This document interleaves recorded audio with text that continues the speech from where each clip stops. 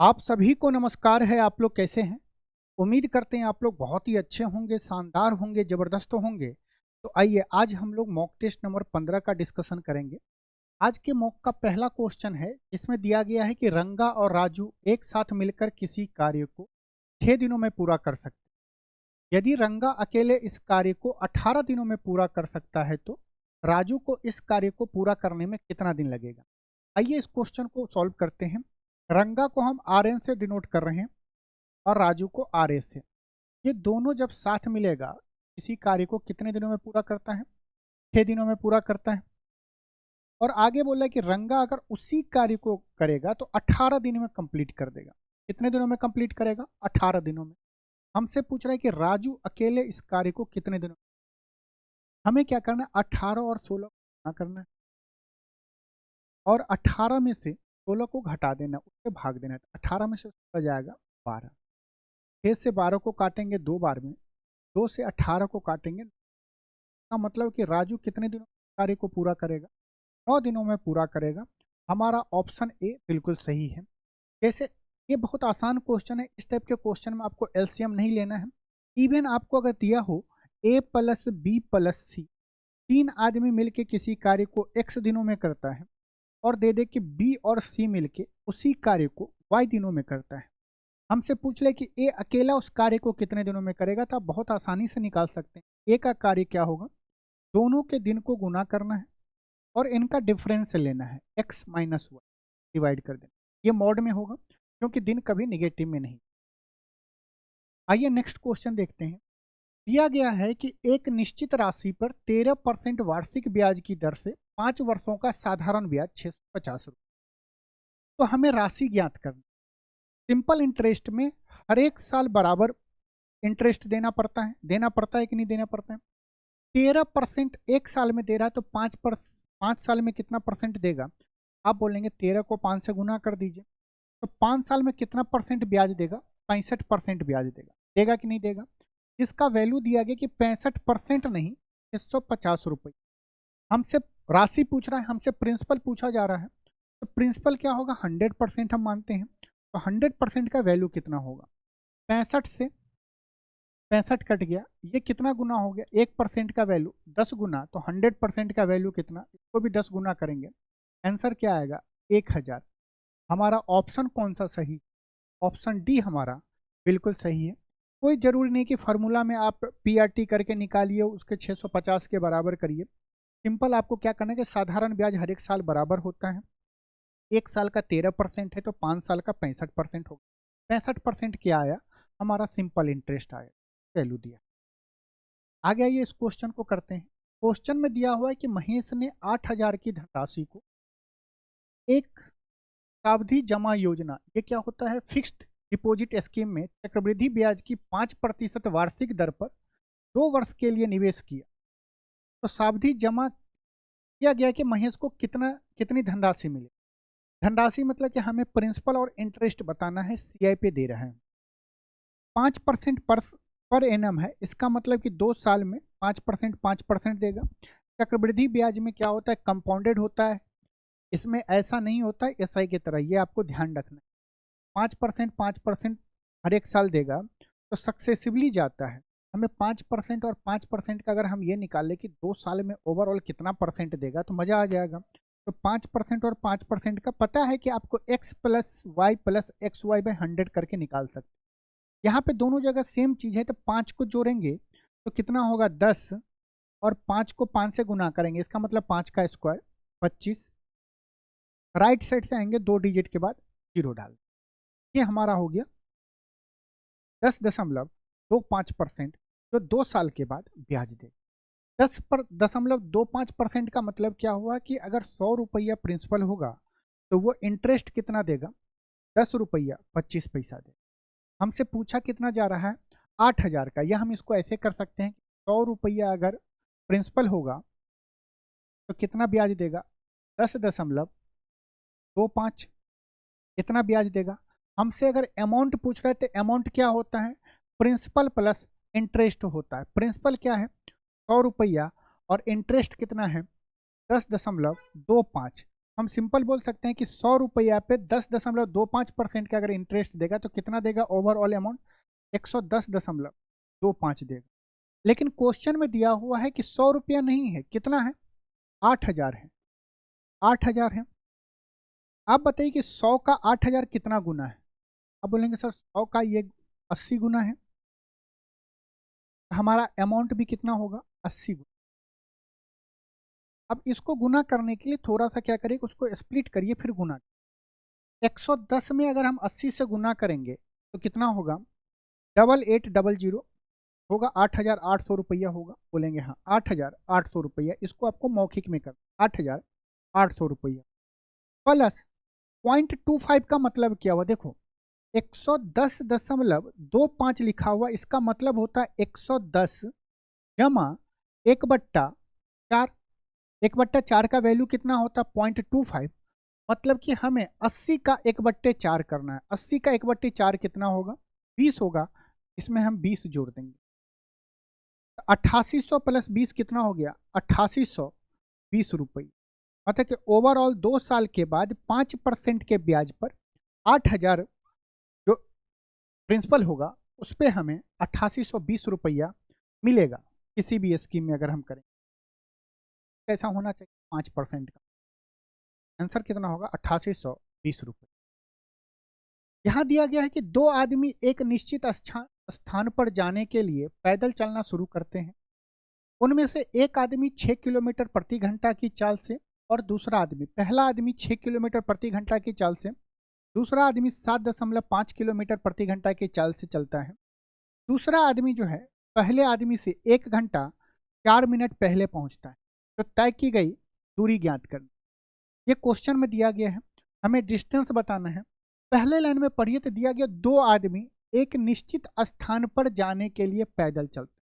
निश्चित स्थान मतलब कि वो मान लीजिए कि हमें यहाँ से ए पॉइंट से बी पॉइंट जाना है, 2 आदमी को जाना है, तो जितना मतलब कि ए से बी का डिस्टेंस वो फिक्स होगा। और अगर डिस्टेंस फिक्स होगा, डिस्टेंस अगर फिक्स होगा इसका मतलब क्या हुआ, speed inversely proportional to time होगा। स्पीड का उल्टा क्या होगा, टाइम होगा। यहाँ पे 2 आदमी दिया गया, मान लेते हैं ए और बी होगा।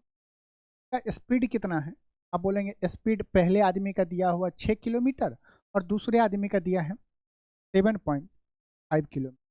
अगर हम इसका रेशियो लेना चाहें तो कितने से जाएगा, 15/75.5, 15×4 = 60.4 होगा। पॉइंट से पॉइंट कट गया, इसका मतलब कि स्पीड का रेशियो क्या आया, 4:5 आया। ये स्पीड का रेशियो हो गया। और आपको पता है कि डिस्टेंस फिक्स है तो टाइम क्या होगा, स्पीड का उल्टा होगा। उल्टा मतलब कि 5 ये क्या है, टाइम का रेशियो 5:4 आ गया। हमसे बोला कि दूसरा जो आदमी है पहले आदमी से 1 घंटा 4 मिनट पहले पहुंच रहा है। यहाँ पे कितना मिनट पहले पहुंच रहा है या कितना यूनिट पहले पहुंच रहा है, 4 मिनट में पहुंच रहा है। मान लीजिए अगर हम इसको मिनट बोले तो टाइम इसको कितना, 4 मिनट लग रहा है, इसको कितना लग रहा है, 5 मिनट लग रहा है। कितने का डिफरेंस आ रहा है, 1 मिनट का डिफरेंस आ रहा है। हम 1 मिनट ना बोल के बोले 1 यूनिट। 1 यूनिट का वैल्यू कितना दिया गया है, 1 आवर 4 मिनट दिया है, 1 आवर 4 मिनट दिया है। अब हमें डिस्टेंस निकालना है, चाहे हम ए से डिस्टेंस निकाल लें या बी से डिस्टेंस निकाल लें। अगर हम ए से डिस्टेंस निकालना चाहें तो ए को कितना यूनिट लगता है, टाइम 5 यूनिट लगता है।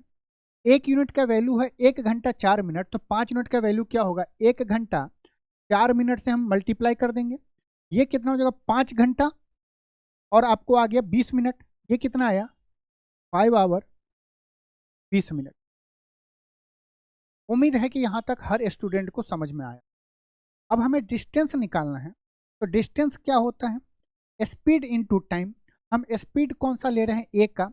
ए का स्पीड क्या है, 6 किलोमीटर प्रति घंटा है, 6 किलोमीटर पर आवर है। और हमें यहाँ पे दिया गया है कितना टाइम में जा रहा है, 5 घंटा 20 मिनट, 5 आवर। और 20 मिनट को अगर हम आवर में कन्वर्ट करेंगे तो इसे हम किससे गुना करेंगे, 20/60, 60 से भाग देना पड़ेगा। तो ये भी क्या होगा, मिनट भी आवर में कन्वर्ट हो गया। 0 से 0 जाएगा, 2 से ये जाएगा 3 बार में। ये क्या 5 सही 1/3। अगर हम इसे सॉल्व करेंगे तो ये क्या हो गया 5 गुने 5 तिये 15 और एक 16, 16/3 आया। ये 5 नहीं, ये 6 है। 6 किलोमीटर गुने ये हम क्या कि मिनट को आवर में कन्वर्ट कर दिए। 3 से 6 को काटेंगे 2 बार में, 16 को 2 से गुना करेंगे 32 आएगा। ये क्या आया 32 किलोमीटर। मतलब वो जो निश्चित दूरी था वो कितने किलोमीटर का था 32 किलोमीटर। कैलकुलेशन आप जितना फास्ट करेंगे उतना जल्दी आप आंसर तक पहुंच सकते हैं। अप्रोच ये बेस्ट है। इस क्वेश्चन में दिया गया, बहुत आराम से पहले क्वेश्चन को पढ़िएगा, फिर इसका सॉल्यूशन देखेंगे, मजा आ जाएगा सॉल्यूशन देख। दिया गया कि मानवी ने एक धनराशि पहले 3 वर्ष के लिए साधारण ब्याज की 6% वार्षिक दर पर, उसके अगले 5 वर्ष के लिए 9% वार्षिक ब्याज की दर पर और 8 वर्ष की इस अवधि, इसका मतलब कि 5 वर्ष 9% ब्याज से और 3 वर्ष 6% ब्याज की दर से, टोटल कितना हो गया 8 वर्ष कंप्लीट हो गया। 8 वर्ष के इस अवधि के बाद आगे बोल रहा है कि 13% वार्षिक दर पर उधार ली। यदि 11 वर्ष के अंत में उसके द्वारा भुगतान किया गया कुल ब्याज 8160 है तो उधार ली गई धनराशि बताना, वो प्रिंसिपल बताना है। इस प्रिंसिपल पे ये सब करने के बाद हमें ब्याज 8100। साधारण ब्याज क्या होता है कि हर एक साल हमें इक्वल परसेंटेज इंटरेस्ट देना पड़ता है। अगर 6% है तो पहले साल भी 6%, दूसरे साल भी 6% और तीसरे साल भी 6% देना पड़ेगा। तो 6% वार्षिक ब्याज की दर से 3 साल में कितना परसेंट ब्याज होगा 18। तो 3 साल में कितना होगा 18% ब्याज देना, अगर हम प्रिंसिपल 100 मान लेते हैं। फिर बोला कि प्लस अगले 5 साल के लिए, 1 साल में 9% तो 5 साल में कितना 45% देगा। ये कितना हो गया, ये हो गया 3 ईयर, ये हो गया 5 ईयर। हमसे क्वेश्चन में बोल रहा है कि यदि 11 वर्ष के अंत में, मतलब कि टोटल बोला 11 वर्ष, टोटल 11 साल होगा, अंत में हमें ब्याज कितना चुकता करना पड़ रहा है 8160 रुपया करना पड़। तो देखिए यहाँ पे 3 साल हो गया, यहाँ पे 5 साल हो गया, टोटल कितना हो गया 8 साल। हमें 11 साल की बात कर रहा है तो 13% के ब्याज से दे रहे हैं। इस अवधि के बाद 13% के वार्षिक दर पर उधार ली गई। मतलब बाकी कितना टाइम बचा 3 साल बचा।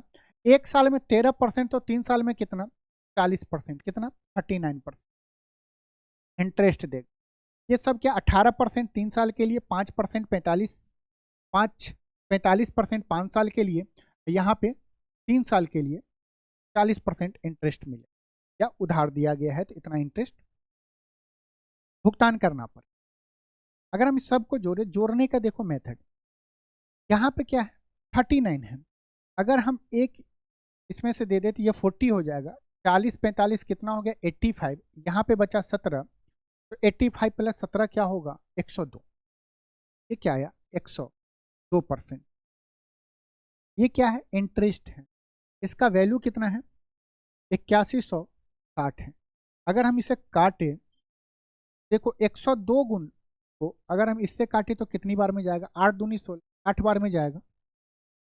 मतलब 1% का वैल्यू कितना आया 80 आया। हम प्रिंसिपल कितना माने थे 100% माने थे, तो 100% का वैल्यू क्या होगा, यहाँ पे 2 जीरो चिपका है तो यहाँ पे भी 2 जीरो चिपका देंगे। वो प्रिंसिपल कितना होगा 8000। हमारा ऑप्शन सी है। एक बार इस क्वेश्चन को फिर से रिपीट करके आप देख लीजिएगा तो समझ में आ जाएगा। साधारण ब्याज का कॉन्सेप्ट अगर आपको पता होगा तो 1% 1 साल में जितना ब्याज दिया है तो 3 साल में हम कर लिए, टोटल ब्याज को जोड़ दिए हैं और उसके बराबर वैल्यू दिया गया, यहाँ से हम प्रिंसिपल निकाल लिए हैं।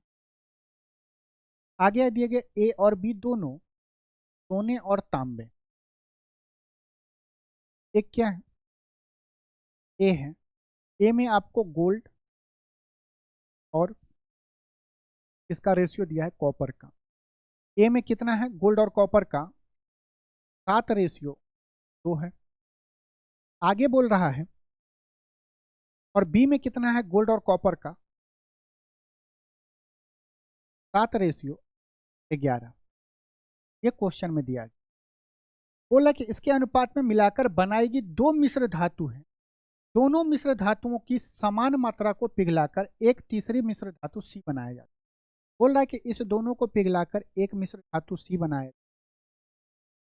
लेकिन क्वेश्चन में दिया हुआ है कि दोनों मिश्र धातुओं की समान मात्रा को, मतलब कि टोटल कितना होना चाहिए, वजन समान होना चाहिए। यहाँ पे टोटल कितना क्वांटिटी है, ए में 7 और 2 और है, इसमें कितना है 11 और 7 18 है।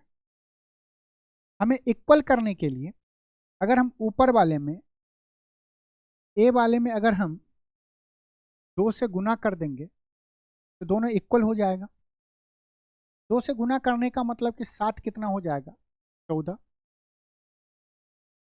2 कितना हो जाएगा, अब इक्वल क्वांटिटी हो गया। अब मिलाएंगे तो हम क्या करेंगे, गोल्ड और गोल्ड को जोड़ेंगे, 14 7 21, 11 4 15। अगर हम इक्वल क्वांटिटी में मिलाएंगे तो जो तीसरी मिश्र धातु होंगे सी वाला, उसमें गोल्ड का रेशियो कितना होगा 21 और कॉपर कितना होगा 15। हमसे दिया गया कि तांबे की मात्रा 10 किलोग्राम है, तो सी में सोने की मात्रा बताना। अगर हम इसका रेशियो ले तो ये कितना होगा, 5 तिया 15, 7 तिया 21। 7 क्या है गोल्ड है, 5 क्या है कॉपर है।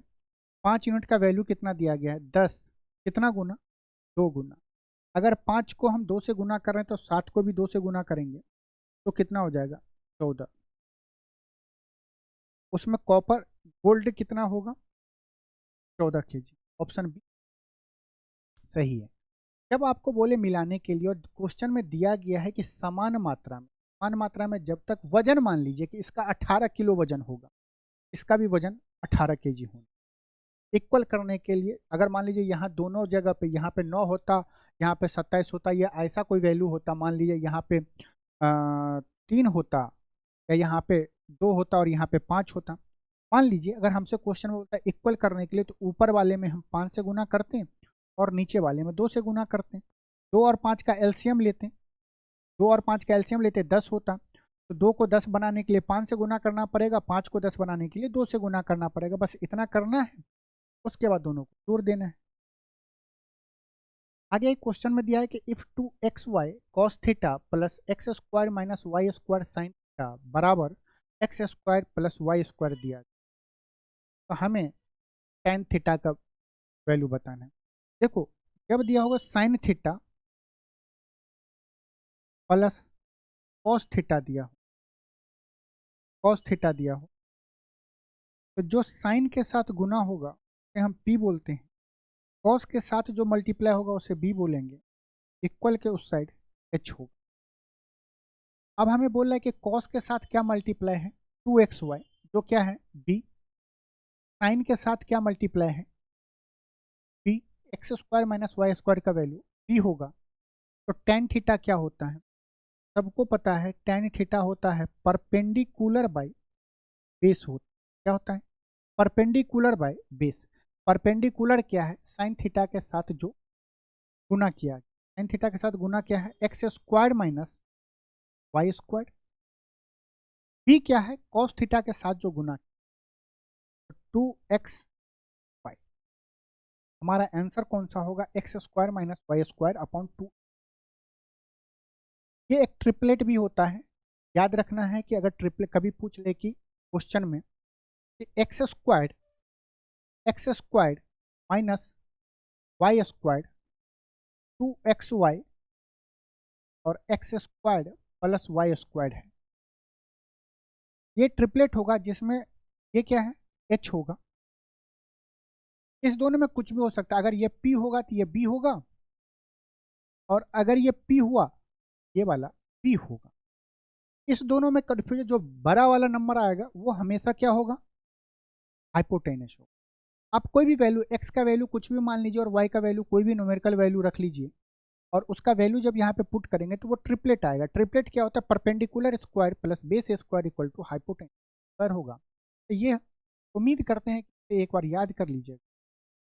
त्रिकोणमिति में बहुत अच्छे से इसको प्रूफ करके बताएं कि कैसे ट्रिपलेट होता है पाइथागोरस पर।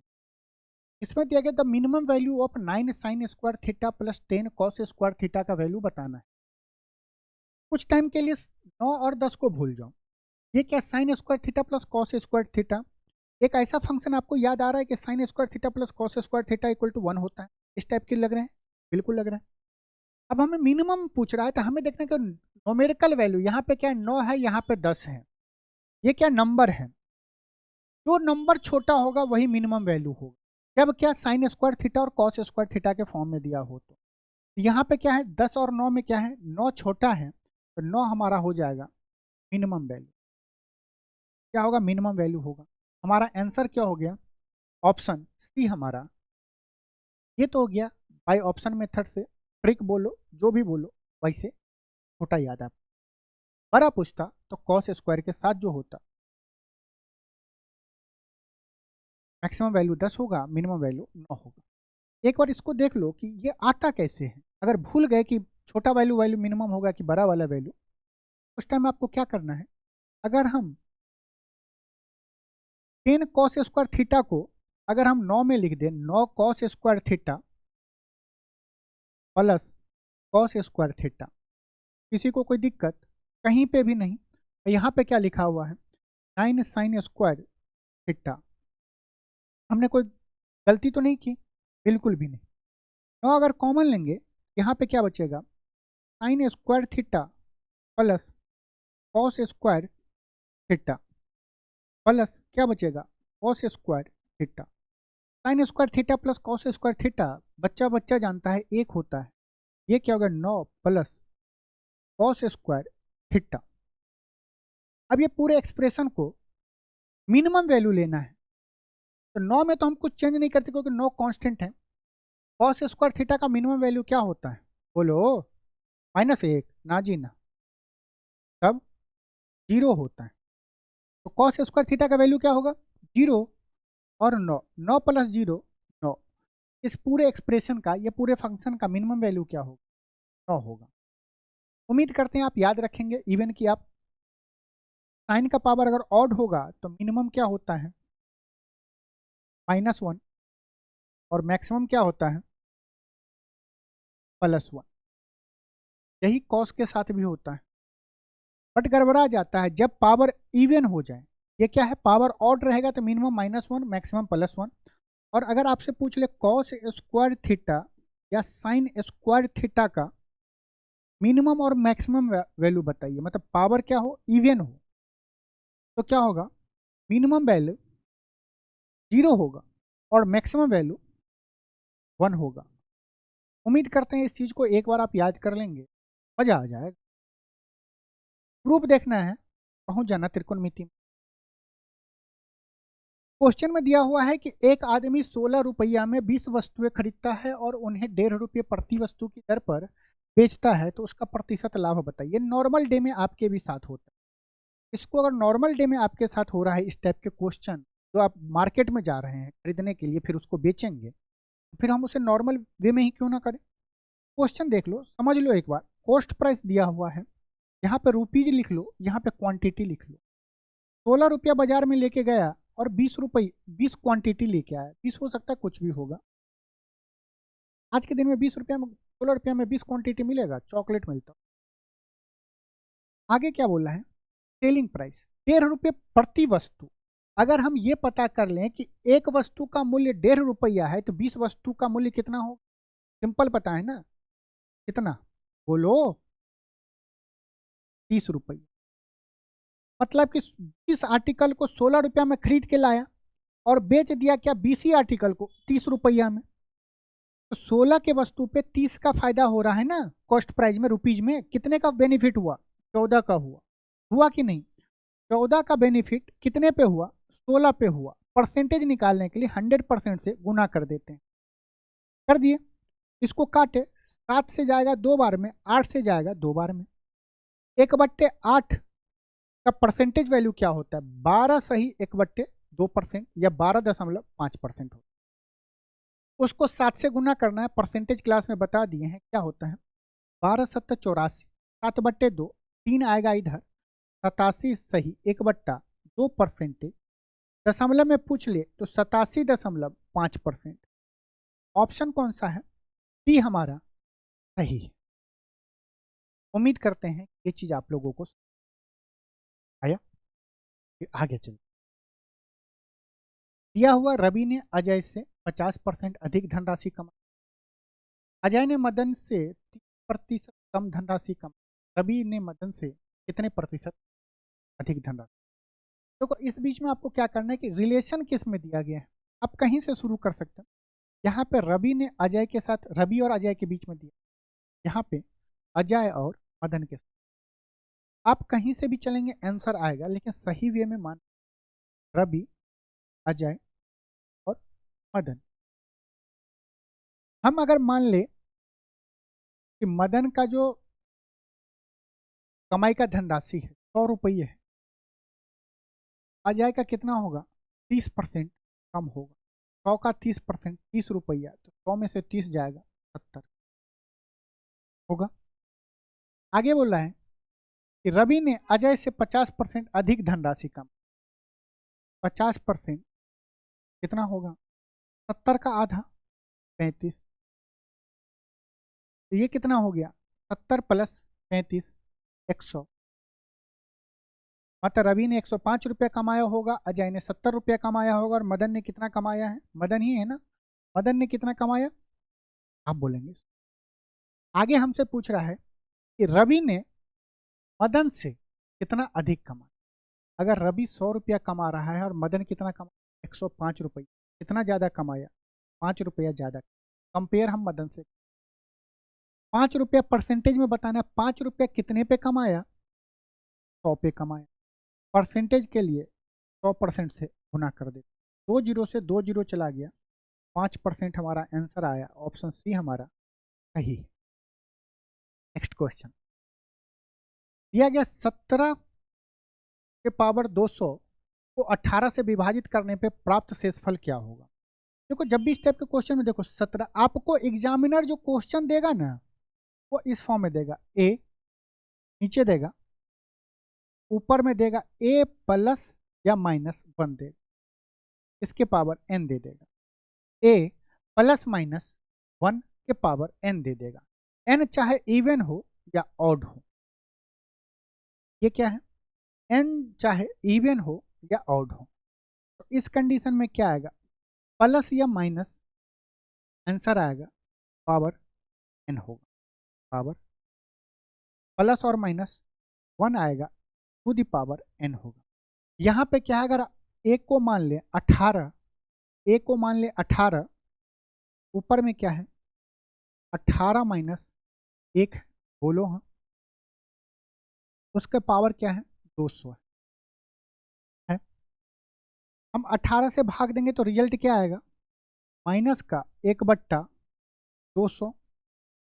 200 इवन है या ऑड है, लास्ट डिजिट 0 है, याद रखो दिल्ली में ऑड इवन चला था, इस पर डिस्कशन चला था, 0 क्या है इवन है, और -1 के पावर इवन क्या होगा 1 होगा, -1 के पावर इवन क्या होगा 1 होगा, हमारा आंसर क्या होगा 1।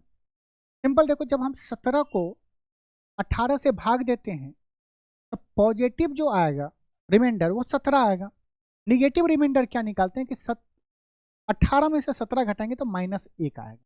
ये क्या है निगेटिव रिमाइंडर आ रहा है, समझ रहे हो ना, निगेटिव रिमाइंडर। अगर यहीं पे देता 19/18, इसमें रिमाइंडर कितना आता 1 आता।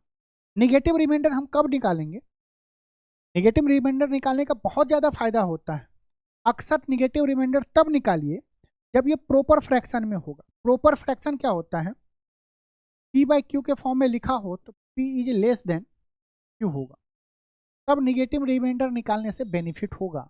ये कितना आ गया -1, -1 के पावर क्या है 200, क्योंकि 17 को 200 बार गुना किया है तो 200 बार क्या आएगा -1 -1 -1 ऐसे करते करते 200 बार आएगा, तो हम सीधे क्या किया पावर कर दिए, आंसर क्या है 1 आया। तो देखिए ये मॉक टेस्ट जो है आपके कॉन्सेप्ट को रिवीजन के लिए भी बेनिफिट, आप तो क्वेश्चन करेंगे ही, और ऐसा कोई लफे वाला क्वेश्चन होगा कि आइए हाँ चलो यार ये इसका ये आंसर, इसका ये आंसर हुआ, उससे काम नहीं चले।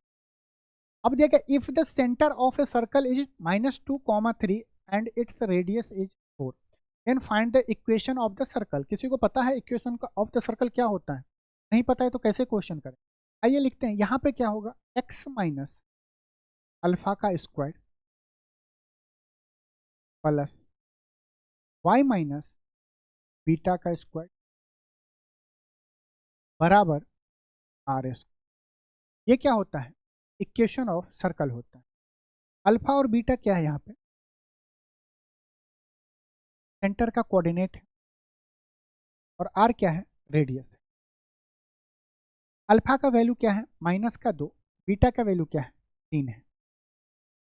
ये क्या होगा, x माइनस अल्फा की जगह पे -2 करेंगे तो minus into minus plus x plus 2 का whole square plus y b के जगह बीटा की जगह पे 3 है तो y माइनस 3 का होल स्क्वायर बराबर रेडियस क्या है, 4।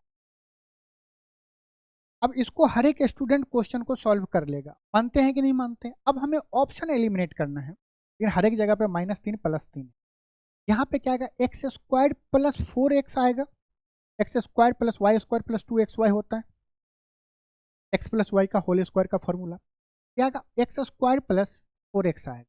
इस ऑप्शन में एक्स स्क्वायर प्लस 4x नहीं, मतलब कि -4x जिसमें होगा वो कटेगा, यहाँ पे -4x है, ये आंसर नहीं होगा, यहाँ पे -4x है, नहीं होगा।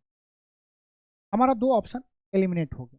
यहाँ पे क्या आएगा, y माइनस 3 का होल स्क्वायर क्या आएगा, y स्क्वायर माइनस 6x आएगा।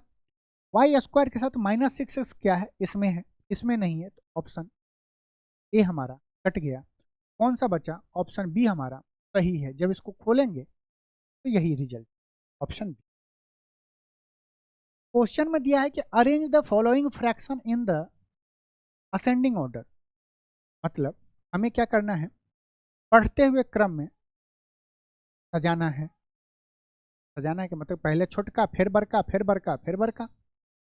अब रील्स में तो आप बहुत देखे होंगे कि इस क्वेश्चन को करना, जब एग्जाम में ऑप्शन दिया हुआ है तो हम ऑप्शन का क्यों नहीं इस्तेमाल करें, इस्तेमाल करेंगे।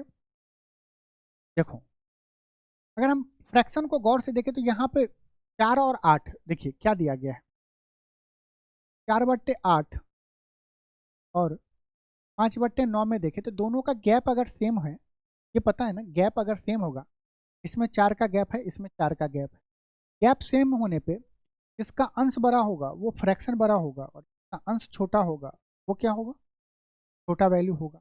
इसका मतलब हुआ कि 4/8 छोटा होगा और 5/9 बड़ा होगा। मानते हैं कि नहीं मानते हैं। अब 4/8 के बाद क्या आएगा, 5/9 आएगा, 4/8 के बाद 5/9 आएगा। यहाँ पे क्या है, 5/9 के बाद 4/8 आया, ये नहीं होगा, क्योंकि हमारा क्या है, 5/9 बड़ा है, 4/8 छोटा है। यहाँ पे क्या है, 5/9 और 9, यहाँ पे 4/8 है, पहले क्या आया, 5/9, जबकि पहले आना चाहिए। यहाँ पे देखिए 4/8 5/9, 4/8 5/9, 2 ऑप्शन हमारा एलिमिनेट हो गया, इस दोनों को। अब देखिए 2/3 9/11 का बात बोल रहे हैं। हम यहाँ पे किसी के साथ जा सकते हैं, लेकिन हमें ये पता चलेगा कि इस ऑर्डर में 4/8 और 5/9 होगा। दोनों जगह पे सेम ही दिया गया, 4/8 5/9। अगर हम 2/3 और 9/11 में देख लें तो कैसे देखेंगे, भाग देके, नहीं नहीं गलती मत करना, ये भाग उग देना। इसके बीच में गैप कितने का, बोलो, 2 का। इसके बीच में गैप कितने का है, 1 का है। हम गैप का एलसीएम ले लेते हैं, 1 और 2 का एलसीएम क्या होगा, 2। हम क्या करते हैं, दोनों के गैप को सेम करते हैं। अगर हम इसके गैप को सेम करेंगे तो ये क्या होगा, 2 होगा। 2 से 2 में गुना करेंगे तो ये क्या होगा, 4/3। ये कितना हो गया, 9/11। 4/3 9/11, गैप सेम, तो जिसका अंश बड़ा वो क्या होगा, बड़ा फ्रैक्शन होगा, छोटा वो छोटा फ्रैक्शन। मतलब यहाँ पे क्या होगा, 4/3 छोटा है 9/11 से, ऐसा बोल सकते हैं कि 9/11 बड़ा है 4/3 से। अगर ये इसका तीर इधर जा रहा है तो इसका भी तीर इधर जाएगा, मतलब कि 2/3 के बाद 9/11 आएगा। यहाँ पे क्या 9/11 के बाद 2/3 आएगा, ये नहीं होगा, ये हमारा सही होगा। एग्जाम में ऑप्शन को एलिमिनेट करिए, रील्स देख के ये नहीं कहा इसको फ्रैक्शन करके 1/3 किसको नहीं पता है 33.33% होता, उसका डबल करिए।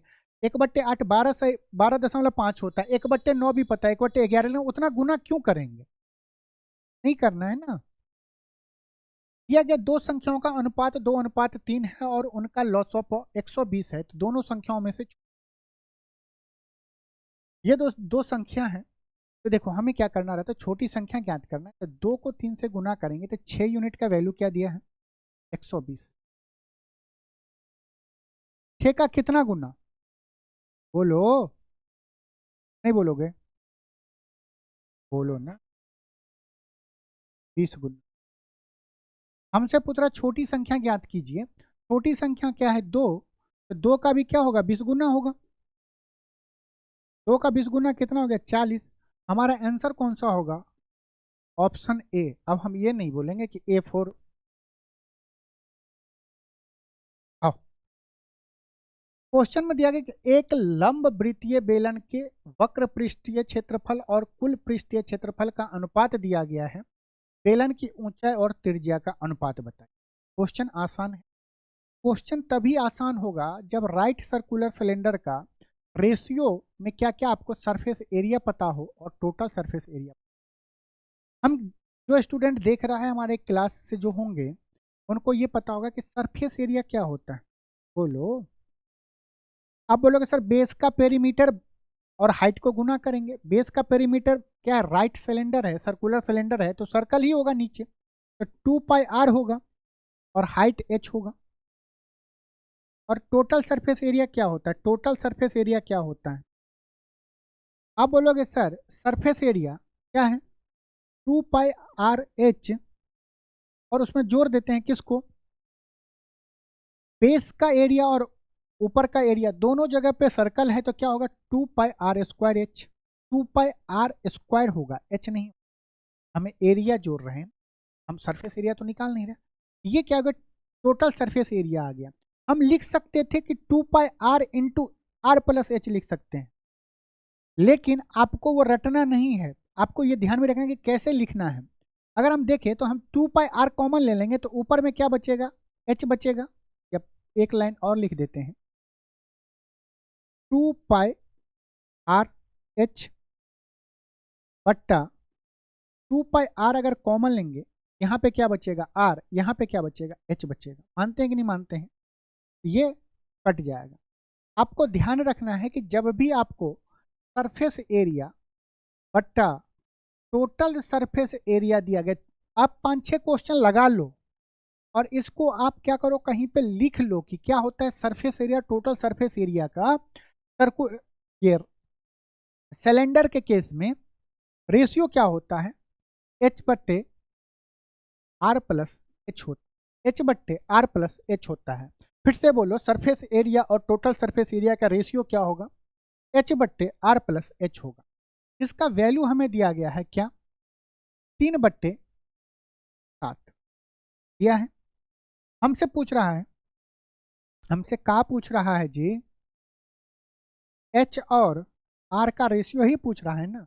अब इसको क्रॉस मल्टीप्लाई मत करने लगना। देखो h अगर 3 है, h अगर 3 है, h को अगर हम 3 रख देंगे, h का वैल्यू 3 है कि नहीं है। अगर h का वैल्यू 3 होगा तो हम क्या जोड़े कि 7 हो जाएगा, तो आप बोलोगे जोड़ दें। ये क्या है 3/4, हमारा ऑप्शन कौन सा डी है। आपका वेट कर रहा था 4/3, इसीलिए हमने देखा कि हमसे पूछ रहा है रेडियस और हाइट का पूछ रहा है रेशियो, कि हमें हाइट और रेडियस का पूछ रहा है। हमसे पहले ऊंचाई का पूछ रहा है, अगर पहले आप रेडियस दे देते तो 4 आता। आओ यदि 8 सेंटीमीटर भुजा वाले एक घन को प्रत्येक 2 सेंटीमीटर भुजा वाले छोटे छोटे घन में विभाजित किया जाता है तो इस प्रकार बने 2 सेंटीमीटर भुजा वाले छोटे घनों की कुल संख्या ज्ञात की। क्या होता है बार बार क्वेश्चन पूछा जाता है एग्जाम में, बार बार हम भी मॉक टेस्ट में कराए हैं। अब पूरा डिटेल ना लिख के सीधे लिखें, आपको सबको पता है क्या होगा। हम मान लेते हैं 8 सेंटीमीटर, क्या होगा 8 सेंटीमीटर बट्टा 2 सेंटीमीटर का क्यूब। 8 को 2 काटेगा 4 बार में, 4 का क्यूब जाएगा 64 बार में। कितने क्यूब बनेंगे? 64 बनेंगे। क्वेश्चन में दिया गया कि if 4a equal to 5b। देखो एक बार बता देते, देखो जब इसको 4a बराबर 5b दिया गया है, अगर हम a रेशियो b लेंगे, अगर हम a रेशियो b निकालना चाहेंगे कैसे निकलेगा? देखो वही तुम्हारी जिंदगी रियल लाइफ में भी होता है, जो तुम्हारे साथ होता है वो तुम्हारा नहीं होता है, जो तुम्हारे साथ नहीं वो तुम्हारा होता है। ए के साथ जो है वो बी का वैल्यू बता रहा है, जो बी के साथ है वो ए का वैल्यू बता रहा है। ए के साथ जो है वो बी का वैल्यू बता रहा है, तो बी का वैल्यू कितना हो जाएगा और ए का वैल्यू कितना होगा? ये हो गया ए रेशियो बी का वैल्यू कितना आया? 5:4 आया। कर सकते हो। आप क्या करोगे? फिर बोलोगे सर कुछ भी रटवा रहे हो का? ये क्या किए हैं, बी को इधर ले आए तो ऊपर में 5 बच्चा है, नीचे में 4 बच्चा है। यही हम बोल रहे हैं। आगे बी और सी का हमें रेशियो बताना। तो बी का वैल्यू क्या होगा जो सी के साथ बैठा है? सी का वैल्यू क्या होगा जो ए के साथ बी के साथ बैठा है? और जब हमसे पूछे एग्जाम में कि पहला ए और दूसरा लास्ट में क्या है सी, इसका रेशियो बताओ, तो 7 को 5 से गुना करेंगे 35, 6 को 4 से गुना करेंगे, हमारा आंसर हो जाएगा 35 रेशियो क्या होगा? 35:24 होगा। ठीक है, आइए क्वेश्चन में दिया गया कि ए और बी की आयु का अनुपात 3:1 है। 15 वर्ष के बाद यह अनुपात 2:1 हो जाएगा कि वर्तमान आयु क्रमशः ज्ञात।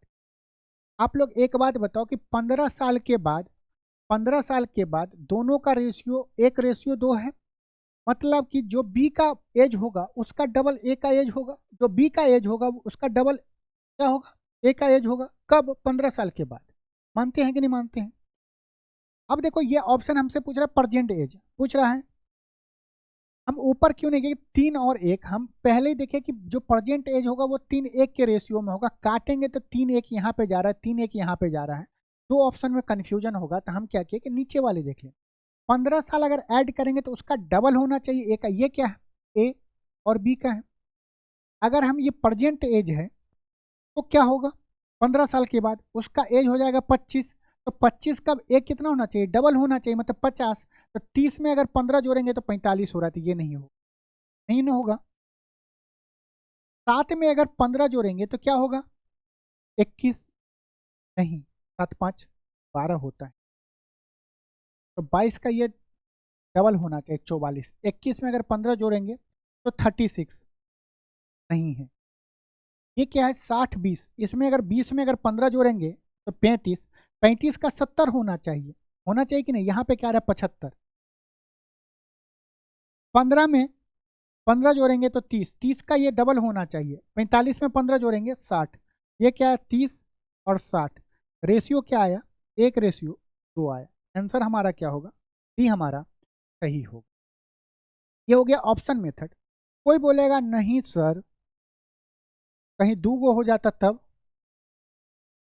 तो कहीं वाला जो है ना ये गड़बड़ा देता है।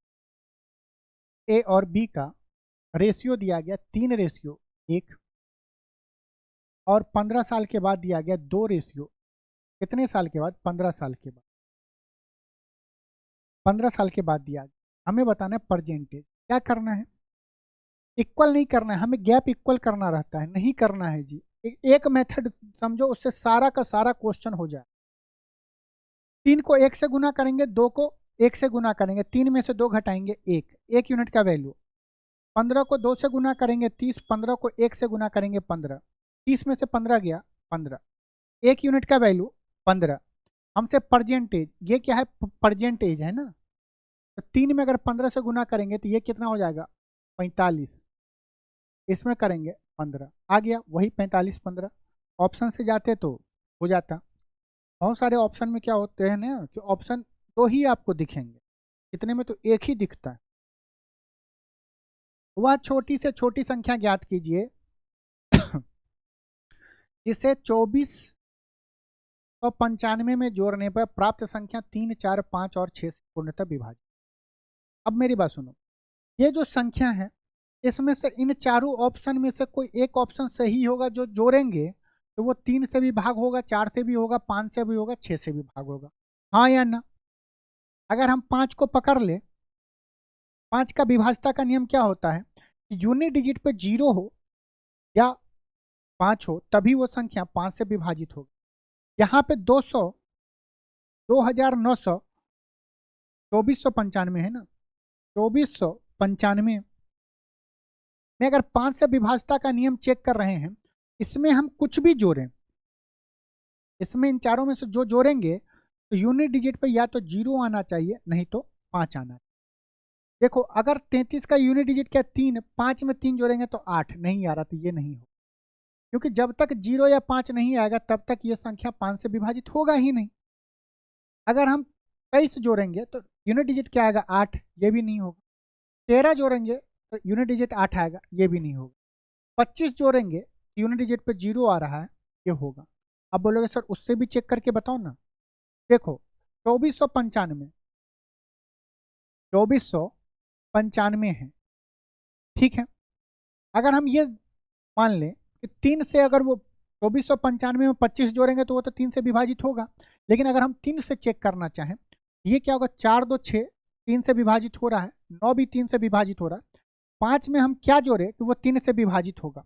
अगर 33 जोड़ते तो 3 और 3 6, 6 5 11, 3 से विभाजित नहीं हो रहा था, कट जाता। 5 में अगर 5 जोड़ते 3 और 2 5, 10, वो भी 3 से विभाजित नहीं होगा। 5 में अगर 4 जोड़ते तो 9, ये हो रहा है। 5 में अगर 7 जोड़ते तो 3 से विभाजित होगा, 7 5 12 होता है। तो 2 ऑप्शन हो गया। फिर हम 5 से चेक करते तो यहाँ पे हमें 25 डालना पड़ता। तो अब देखो 2495 में अगर 25 हम डाल दिए तो ये कितना हो जाएगा, हम इसको क्यों जोड़ें? हम इसको अगर चेक करना चाहे, क्योंकि सही तो वही होगा, इसमें अगर हम 25 जोड़ेंगे 3 से चेक करते हैं, 3 से विभाजिता का नियम, 4 2 6 हो रहा है, 9 भी कट रहा है, 5 5 10 2 12, मतलब ये पूरा संख्या क्या होगा, 3 से भी कटेगा, 4 से भी कटेगा, 6 से भी कटेगा, 5 से भी कटेगा।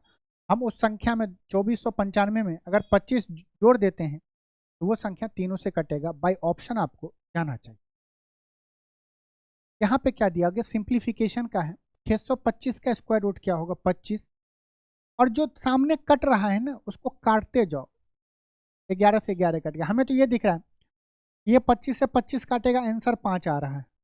14 से 14 को काट देगा, लेकिन लिखना है तो लिखो 25/11। रूट 25 से 625 को हम क्या लिख सकते हैं, रूट 25 गुने रूट 25 लिख सकते हैं। रूट 25 से रूट 25 कट गया, 11 से 11 कट गया, 14 से 14 कट गया, बचा क्या रूट 25। रूट 25 का वैल्यू 5 होता है। यहाँ पे क्या होगा 14, नीचे क्या आएगा 5, यहाँ पे 11, नीचे क्या आएगा 196 का स्क्वायर रूट 14। 14 से 14 कटा, 11 से 11 कटा, 5 से 25 कटा, 5 बार सर क्या आया 5 आया। तो कुछ सिंप्लीफिकेशन के भी क्वेश्चन आपके एग्जाम में बहुत अच्छे से।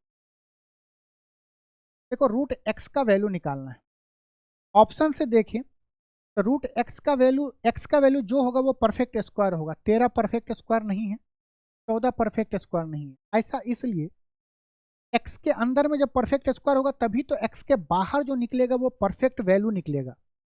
अगर इम्परफेक्ट होगा तो पॉइंट में आएगा। हमें आंसर क्या चाहिए, 2 दिया गया है, मतलब इस सबको सॉल्व करेंगे तो 2 आना चाहिए। 25 और 16 है, 2 ही ऑप्शन बचे। वैसे करना चाहो तो कर लो, रूट एक्स बराबर 2 गुना, भाग इधर जाएगा तो गुना, 625 का स्क्वायर क्या होता है 25 होता है कि नहीं 25, लेकिन दशमलव का 2 डिजिट है तो स्क्वायर रूट निकालेंगे तो दशमलव के बाद 1 डिजिट होगा। 2 का 2.5 गुना 5, एक्स बराबर क्या होगा 5 का स्क्वायर, एक्स बराबर 25। आंसर कौन सा होगा, ऑप्शन सी हमारा बिल्कुल सही होगा। आइए नेक्स्ट क्वेश्चन। दिया गया 75% का 75% नहीं, 75 का 75% नहीं। ये तो पता है कि का मतलब गुना होता है, 75 को 75 से गुना करना पड़ेगा। 5 को 5 से गुना करेंगे तो क्या आएगा, यूनिट डिजिट पे 5 आना चाहिए, इसमें नहीं है। यूनिट डिजिट पे 6 है, यूनिट डिजिट पे 2 है, ऑप्शन हमारा बी सही हो। होगा। बाकी आप करना चाहें तो 75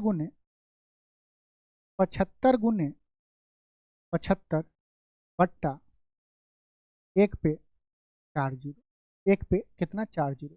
75 का स्क्वायर क्या होता है, एक संख्या आगे बढ़ेंगे तो 7 × 8 56, 5 का स्क्वायर 25, भागा 1000 है, 10,000 है, दशमलव के बाद 4 डिजिट हो, 56 25 हमारा सही आंसर। दिया गया कि राकेश के पास केवल 2 रुपया और 5 रुपया मूल्य वर्ग के सिक्के हैं। यदि उसके पास कुल 60 सिक्के हैं और उसके पास मौजूदा कुल धनराशि 240 रुपया है तो क्रमशः 2 रुपया और 5 रुपया। देखिए राकेश के पास क्या है, 2 रुपया का है, RS 2 रुपया है। टोटल कितना रुपया उसके पास है, 240 रुपये। टोटल कितना है, टोटल रुपीज कितना है, 240। हम ये मान लें कि राकेश के पास टोटल 2 ही रुपया होता, 2 रुपया यहाँ पे होता और ये 5 रुपया की जगह पे 2 ही रुपया होता, 2 ही रुपया होता। टोटल उसका 60 सिक्के हैं तो टोटल कितने रुपया होते हैं, टोटल अगर हम बोले कि 60 सिक्के हैं तो टोटल उसका कितना रुपया होता था, बोलते कि 60 सिक्के में 2 से गुना करते तो कितना हो जाता है, 120 माइनस करेंगे तो 240 में से 120 घटाएंगे तो क्या होगा, 120 रुपये होगा। 120 रुपया ज़्यादा है। 120 रुपया क्यों ज़्यादा है, क्योंकि हम 5 रुपया का भी सिक्का उसमें अवेलेबल है। तो हम तो 2 रुपया तो जोड़ लिए हैं, बचा है कितना, 3 रुपया बचा है। 120 रुपया क्यों बचा है, क्योंकि आपको 3 रुपया, हर एक सिक्के में 5 रुपये की जगह 2 ही रुपया लिए हैं तो 3 रुपया बचा हुआ है। तो 3 रुपया के कारण 120 है, इससे काटेंगे तो इसका मतलब क्या हो गया, 40। मतलब 5 का सिक्का कितना होगा, 40 होगा। टोटल सिक्का क्या है, 60 है, 40 इधर हो गया तो 20 हो गया। हमसे पूछ रहा है तो सिक्कों की संख्या क्रमशः बताइए। 2 रुपये वाला 20 होगा और ये कितना होगा, 40 होगा। ऑप्शन डी हमारा सही है। एक दूसरा मेथड एलिगेशन से भी आप इसको कर सकते हैं। हम ये मान लें कि 2 रुपये का जो सिक्का है, टोटल 60 के 60 सिक्के 2 रुपये के होते तो टोटल उसका कितना होता, 120 रुपये। एलिगेशन में यही होता है। अगर हम ये मान लेते कि 5 रुपये वाले सिक्के अगर 60 होते तो कितना होता उसके पास, 300 रुपये। लेकिन उसके पास है कितना, 240 रुपये। एलिगेशन लगाएंगे, 240 में से 120 जाएगा तो 120, 300 में से 240 जाएगा 60। अगर हम इसका रेशियो लेना चाहें तो क्या होगा, रेशियो 1:2 का। ये रेशियो क्या आया, सिक्कों का आया। मतलब कि 2 रुपये, ये क्या है 2 रुपये वाला, ये क्या है 5 रुपये वाला। 2 रुपये वाला सिक्का अगर 1 होगा तो 5 रुपये वाला सिक्का 2 होगा। क्वेश्चन में दिया हुआ है कि टोटल सिक्के कितने हैं उसके पास, 60 है। 3 यूनिट का वैल्यू कितना है, 60 है। कितना गुना है, 20 गुना है। तो 20 का भी 20 गुना कितना होगा, 40।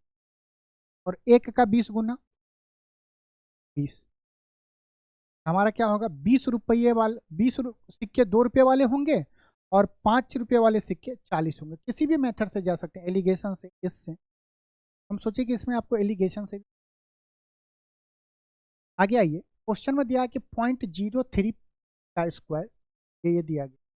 चलो एक चीज हम आपको बता रहे हैं कि देखो 0.03 का स्क्वायर और नीचे क्या है, 0.003 का स्क्वायर है।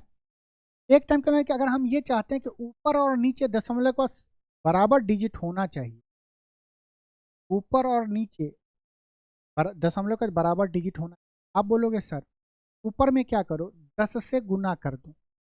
अंदर में अगर करेंगे तो 10 से गुना करेंगे, 10 अपने मन से कर रहे हैं तो 10 से भाग देना पड़ेगा, इंटू 0.03 होगा।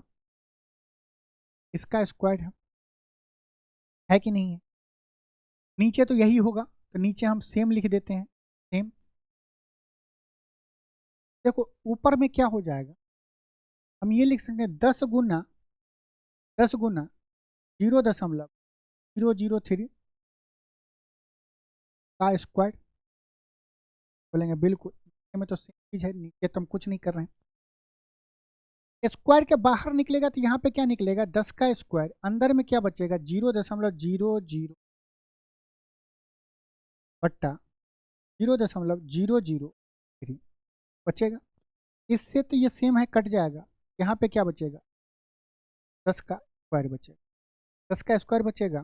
तो इसी ऑर्डर पे अगर हम यहाँ से ऊपर से 10 का स्क्वायर कॉमन ले लें, यहाँ पे क्या बचेगा, आप बोलेंगे क्वेश्चन है इसीलिए हम आपको डिटेल में 0.003, यहाँ पे क्या बचेगा 0.051 का स्क्वायर, यहाँ पे क्या बचेगा 0.0083 का स्क्वायर। क्योंकि देखिए दशमलव का यहाँ पर 4 डिजिट है, यहाँ पे 3 डिजिट है। हम यहाँ से भी क्या लेंगे 10 का स्क्वायर कॉमन लेंगे, तो टोटल हम क्या किया 10 का स्क्वायर कॉमन ले लिए। नीचे में क्या 0.003 का स्क्वायर यही है, प्लस 0.0005 का स्क्वायर प्लस 0.0083। इस संख्या से इस संख्या कट गया, 10 का स्क्वायर कितना है 100। ये हम आपको डिटेल में बताए हैं, आपको बस देखना है कि दशमलव के बाद कितना डिजिट है, नीचे दशमलव के बाद कितना डिजिट है। आप देखेंगे कि अगर मान लीजिए कि दशमलव का नीचे 3 डिजिट है, ऊपर में 2 ही डिजिट है, तो 3 डिजिट बनाने के लिए हम 10 से गुना करेंगे और ऊपर में स्क्वायर है तो 10 स्क्वायर कॉमन लेंगे। तो सब में से 10 स्क्वायर कॉमन लेंगे तो जैसा नीचे दिख रहा है वैसा ऊपर भी दिखेगा। सिंपल 10 का स्क्वायर 100 हम बोल दें। वह छोटी से छोटी संख्या ज्ञात कीजिए जिसे 1000 से जोड़ने पर 1000 में जोड़ने पर प्राप्त संख्या 15 से विभाजित। 15 से विभाजित का मतलब क्या होगा कि वो 5 से भी विभाजित होना चाहिए, 3 से भी विभाजित होना। 1000 में हम क्या जोड़ें, 1000 में हम क्या जोड़ें इन चारों ऑप्शन में कि 5 से विभाजता का नियम क्या होगा कि यूनिट डिजिट पे 0 हो या 5 हो, 0 हो या 5 हो। अगर हम 5 जोड़ेंगे तो यूनिट 0 प्लस 5 आ रहा है, ये हो सकता है, आगे भी चेक करें। 0 और 6 जोड़ेंगे तो यूनिट डिजिट पे 0 या 5 नहीं आ रहा है, 7 आ रहा है नहीं होगा, 8 आ रहा है नहीं होगा। मतलब कि 1005 जो है वो हमारा 5 से भी डिवाइड होगा, 3 से भी डिवाइड होगा और 15 से भी डिवाइड होगा। 3 से विभाजता का नियम 5 और 1 6, 6 को 3 विभाजित कर रहा है, तो मतलब कि 1005 15 से भी। कुछ क्वेश्चन को एग्जाम में आपको ऑप्शन से भी करने पड़ेंगे दोस्त, नहीं तो बहुत ही मुश्किल होगा। ये क्वेश्चन नंबर 26, किसी परीक्षा में उत्तीर्ण होने के लिए टोनी को न्यूनतम 40 अंक प्राप्त करने चाहिए। उससे 120 अंक प्राप्त हुए और 30 अंकों से अनुत्तीर्ण हो। पूर्णांक ज्ञात। देखो 120 अंक प्राप्त हुआ उससे और 30 अंक से फेल हो गया। अगर 120 के जगह पे अगर उसके पास 150 अंक आ जाता तो वो पास कर जाता। 150 अंक मतलब कि 40% कितना होगा 150, 40% कितना होगा 150 होगा। एक जीरो से एक जीरो बना है। अगर 40% 150 है तो 100% का वैल्यू हमसे पूछ रहा है। 4 का वैल्यू 15, इसका गुना करेंगे 25 से, तो 15 को भी 25 से गुना करेंगे। गुना याद है 25 गुने 15। अब वो कोने में बैठ के 25 गुने 15 ऐसे ऐसे नहीं करने लगे। क्या करो 20 को तो 25 को तोड़ो 20 प्लस 5 में तोड़ दिए। 15 दूने 30 मतलब कि 300। 15 गुने 20 करेंगे तो 15 का टेबल तो याद है, 15 दूने 30, उस पर एक जीरो चिपका देना तो 300 हो गया। और 15 पचा 75, 300 प्लस 75 क्या होगा 375। ऑप्शन डी हमारा बिल्कुल सही। इस क्वेश्चन में लेडर का भी क्वेश्चन दिया गया। इसको बोलते हैं ना, देखते हैं ना कि रिडल्स में कितना बोला, इसको सॉल्व करो, इसको ऐसे करके जोड़ते जाओ। हम आपको 5 सेकंड दिए, इस क्वेश्चन को सॉल्व करिए, खत्म। आंसर क्या होगा 30। हमारे साइड से भी,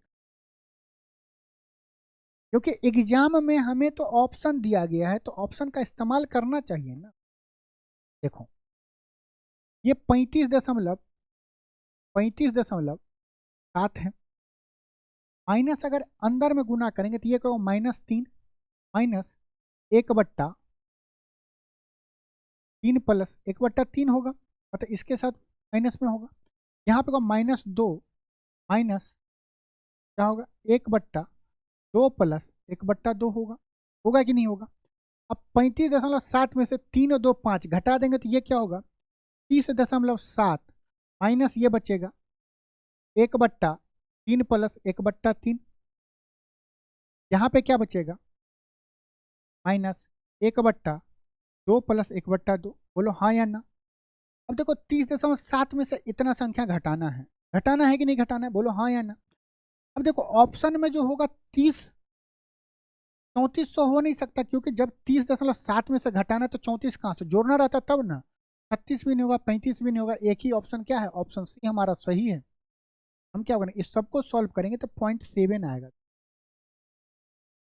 30 दशमलव आएगा तो क्या, फिर हम देख लेंगे 30.7 से आंसर छोटा आएगा, और 30.7 से एक ही ऑप्शन में है 30, उसके अलावा कोई अदर ऑप्शन में नहीं है, तो हमारा आंसर कौन सा सही होगा, ऑप्शन सी सही होगा।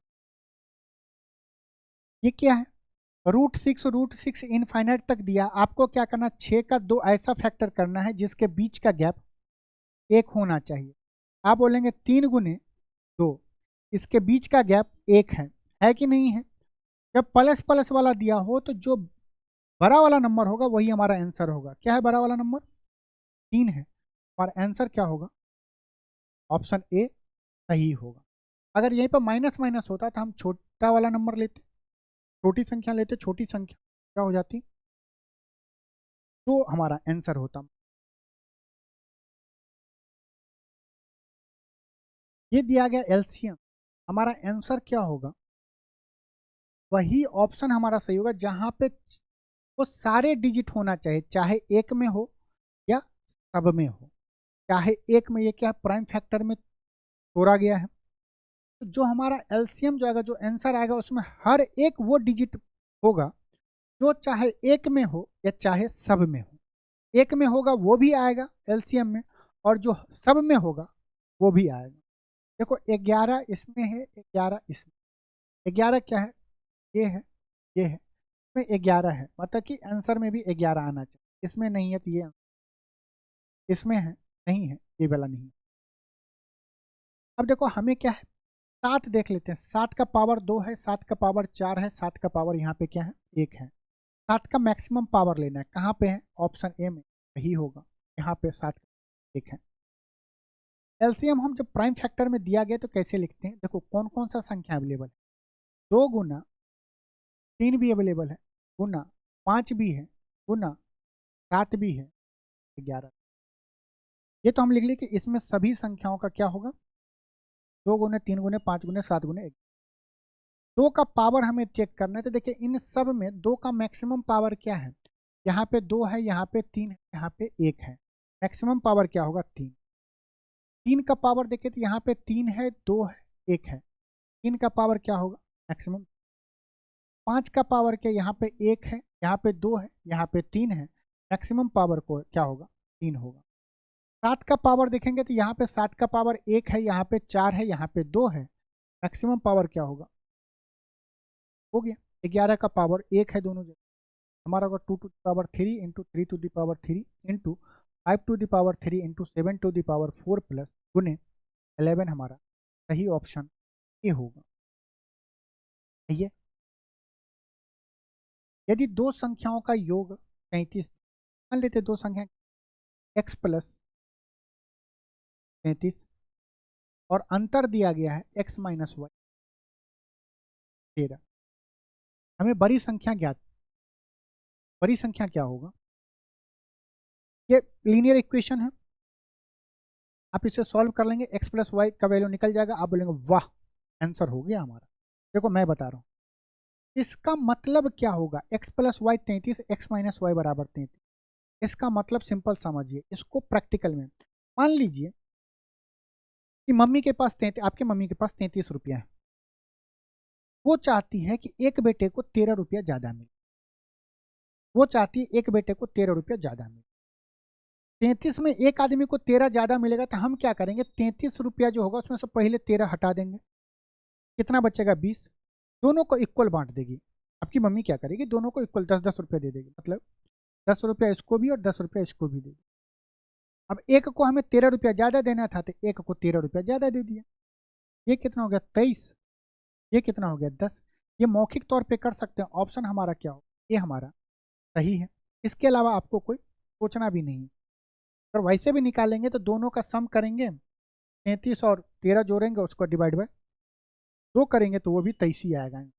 उम्मीद करते हैं कि आपको मॉक टेस्ट ये पूरे के पूरे क्लास ज़रूर बेनिफिट मिला होगा और आगे भी मिलेगा।